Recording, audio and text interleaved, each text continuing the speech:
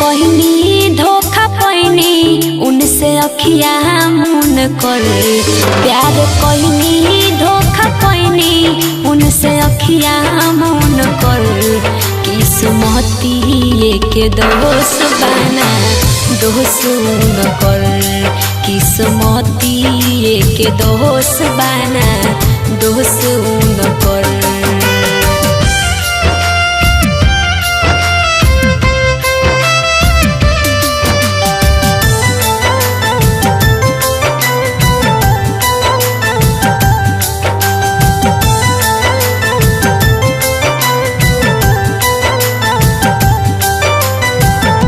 हम नाही जननी प्यार में होला बेवफाई।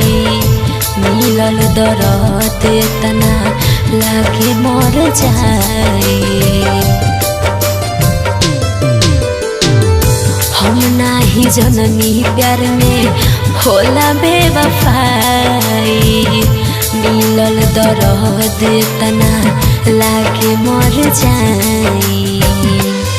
मन कहरे जाए जरे लोग के बतिया सुन कर। मन कहरे जाए जरे लोग के बतिया सुन कर। किस्मती के दोष बना दोष न कर। किस्मती के दोष बना दोष न कर।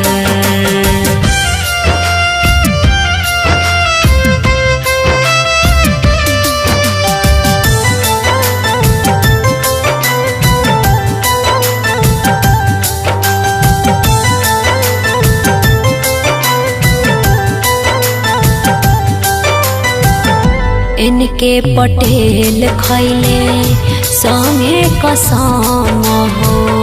कहले न साथ छोड़े सातो जन्म हो। पिंटू प्रीतम खैले संगे कसम हो। कहले न साथ छोड़े सातो जन्म हो। जी न पई है पछतई है खुशबू के भूल कर। जी न पई है पछतई है खुशबू के भूल कर। किस्मती के दोष बना दोष न कर। किस्मती के दोष बना दोष न कर।